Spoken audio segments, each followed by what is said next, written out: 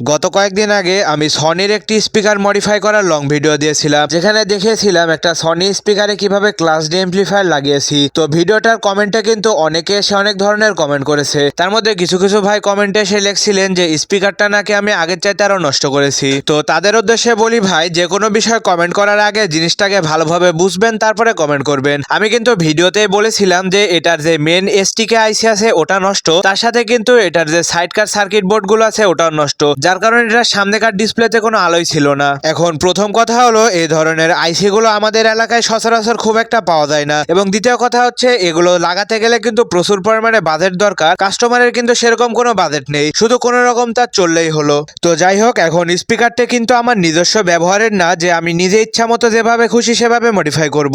স্পিকারটি হচ্ছে কাস্টমারের যেমন বাজেট এবং যেভাবে বলবে আমাকে সেভাবেই কাজটা করতে হবে। তো যারা টেকনিশিয়ান আছেন অবশ্যই বিষয়টা ভালোভাবে বুঝতে পারবেন।